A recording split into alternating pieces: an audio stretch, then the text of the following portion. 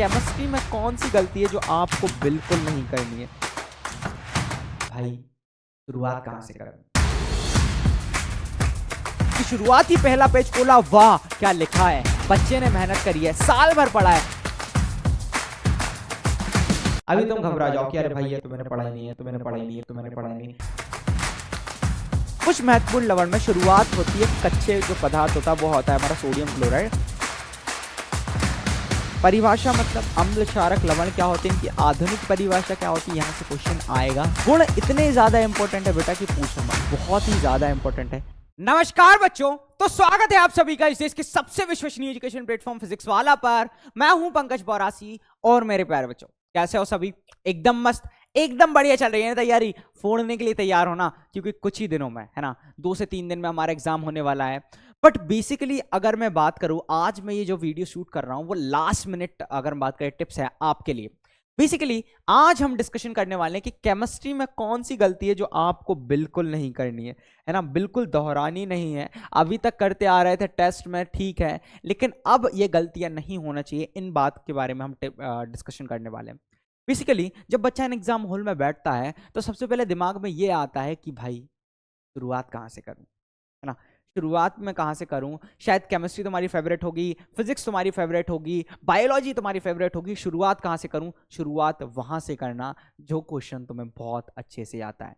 अगर first question ही बहुत अच्छे से आता है तो वहां से शुरुआत कर देना, लेकिन वो क्वेश्चन को सबसे पहले करना जो तुम्हें सबसे बेहतरीन तरीके से आता है, मतलब जिस क्वेश्चन में तुम सबसे ज्यादा धुरंधर हो।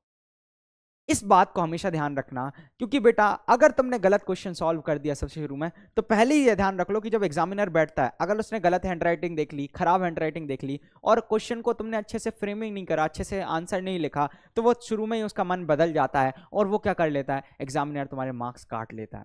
तो एक बात हमेशा याद रखना, उस क्वेश्चन को चूज करो जो तुम्हें सबसे अच्छे से आता है और शुरुआत में जमा जमा कर लिखो, अच्छी हैंडराइटिंग में लिखो कि शुरुआत ही पहला पेज खोला, वाह क्या लिखा है, बच्चे ने मेहनत करी है, साल भर पढ़ा है, इसके पास एक्स्ट्रा इंफॉर्मेशन है, मतलब ये अच्छा करेगा।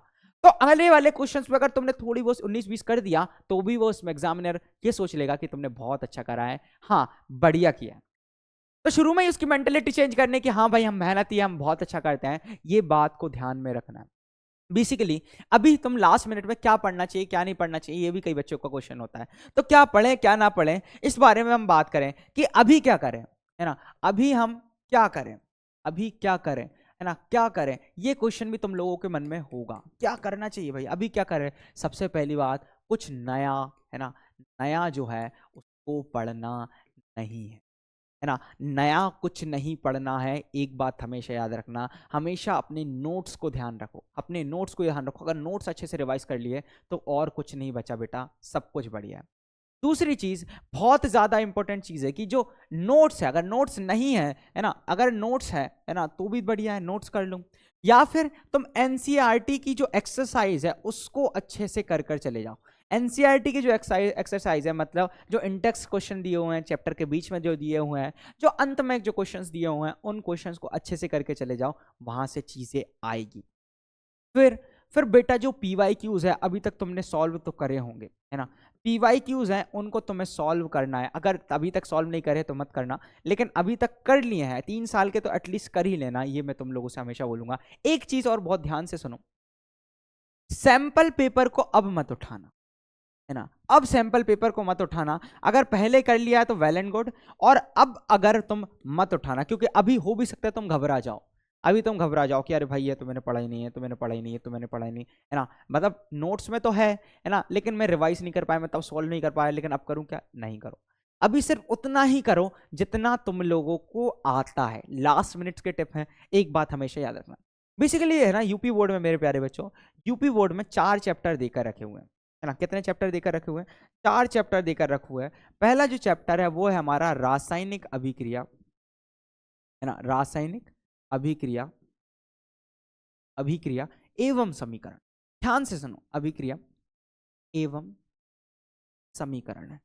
इस चैप्टर की अगर मैं बात करूं, है ना, इस चैप्टर की बात करूं तो सबसे पहले सुनो, सबसे पहले इसमें तुम्हें परिवर्तन पढ़ना है। परिवर्तन से है ना, सबसे पहले बेटा बेटा पहली बात एमसीक्यू अगर हम बात करें, इसको कभी अवॉइड नहीं करना, इसको कभी अवॉइड नहीं करा, यहां से तुमसे सबसे ज्यादा एमसीक्यू देखने को मिलेंगे।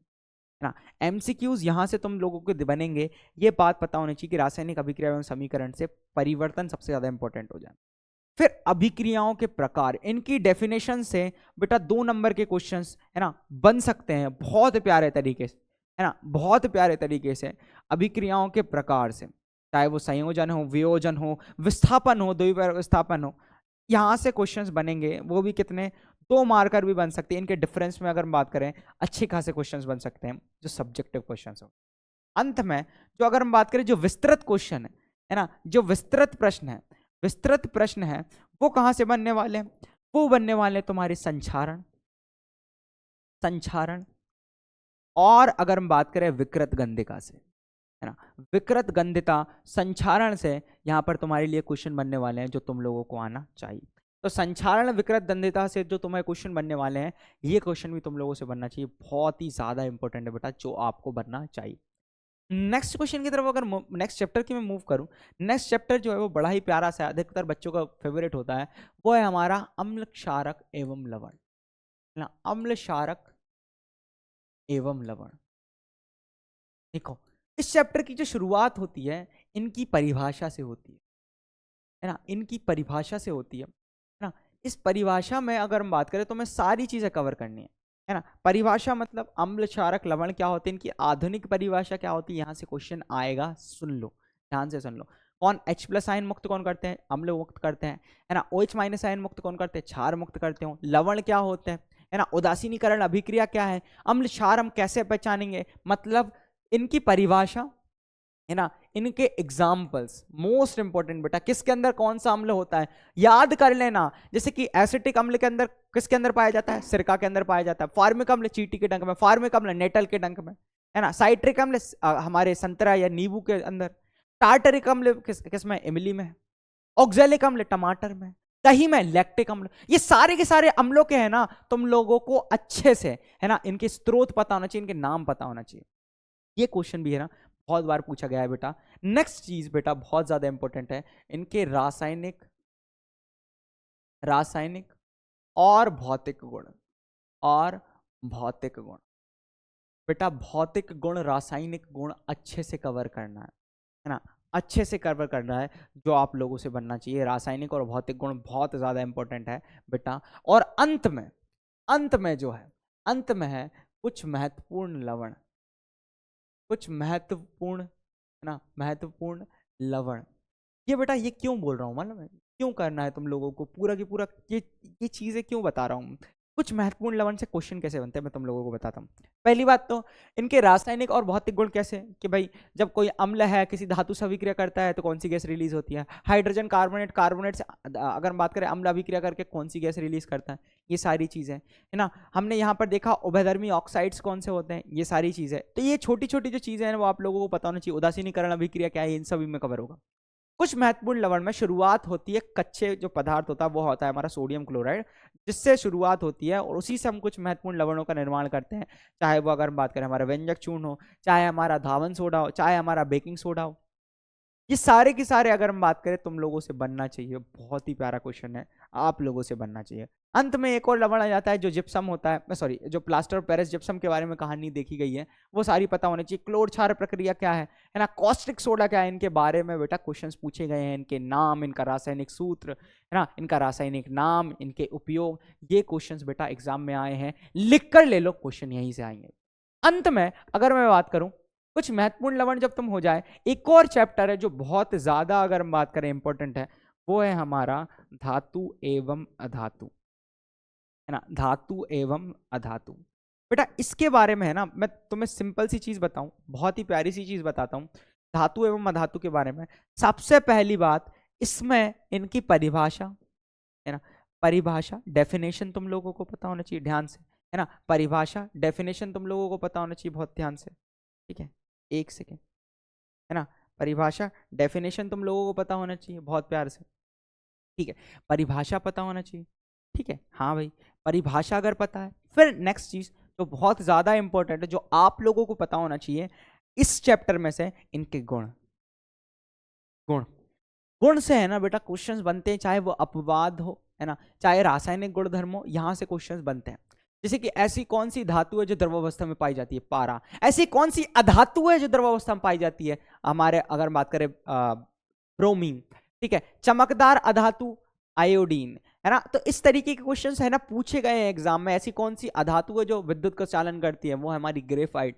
अपवाद पूछे जाएंगे, मार्क माय वर्ड्स। मैं जो बोल रहा हूं, जब एग्जाम तुम देकर आओगे ना, इस वीडियो के अंदर कमेंट आके करोगे कि सर यही चीज आई, तो पहले क्यों ना हम कर लें, पहले क्यों ना हम देख लें कि सारी की सारी चीजें सर यहीं से पता चलने वाली है। तो बेटा इन बातों को ध्यान रखो, मत भूल जाना, मुझे बहुत दुख होगा। तो इस चीज को अगर हम बात करें धातु एवं अधातु गुण के बारे में, फिर यहां से एक कंसेप्ट आ जाता है संचारण, है ना। संचारण अगर हम बात करें, यहां से क्वेश्चंस बनते हैं, बहुत ज्यादा बनते हैं, है ना। ये क्वेश्चन है ना मैंने फर्स्ट चैप्टर में भी डिस्कस कर लिया वो सारी चीज। और एक और है धातु की प्राप्ति, है ना। धातु की प्राप्ति से, प्राप्ति में एक टॉपिक कभी मत भूलना, वो हमारा क्या है, वो इनका फ्लो चार्ट, है ना। वो फ्लो चार्ट जो है कि सबसे पहले धातु मिलती है, धातु का सांद्रण होता है, फिर 3 कैटेगरी में हमने डिवाइड किया है। कम क्रियाशील मतलब सबसे निम्न क्रम, सबसे अधिक क्रियाशील, फिर मध्यम क्रियाशील, फिर सबसे कम क्रियाशील। जो मध्यम क्रियाशील वाला सेक्शन है उसमें सबसे ज्यादा इंपॉर्टेंट है भर्जन और स्थापन। क्वेश्चन बन गया, पेपर में छप गया बेटा, पेपर में छप गया। इतना प्यारा क्वेश्चन यहां से बनने वाला है। जिंक का अगर बात करें, अयस्क से जिंक का निष्कर्षण, कॉपर ग्लांस से कॉपर का निष्कर्षण, सिनेवार मरकरी से, है ना। अगर हम बात करें मरकरी अयस्क से, हमारा मरकरी का निष्कर्षण। इन तीनों में से सबसे ज्यादा प्रोबेबिलिटी हमारी है इसकी क्या बोलते हैं, हमारे जिंक के निष्कर्षण की, उसके बाद कॉपर की, और सबसे अंत में मरकरी की। लेकिन ये तीनों बनना चाहिए। अगला मोस्ट इंपॉर्टेंट है बेटा, है ना, मोस्ट इंपॉर्टेंट है, बहुत ही ज्यादा इंपॉर्टेंट है, बहुत ज्यादा तुम लोगों को इसके बारे में सोचना चाहिए। वो है हमारा कार्बन एवं इसकी 4th चैप्टर है ना। कार्बन एवं उसके, है ना, उसके यौगिक, ठीक है, उसके यौगिक। ध्यान से सुनो।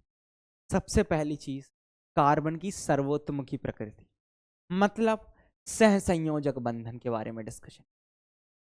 सबसे शुरू में सहसंयोजक बंधन, जैसे कि हम धातु अधातु में आयनिक बंधन पढ़ा ना, जो अगर बात करें ट्रांसफर ऑफ इलेक्ट्रॉन से बनता है।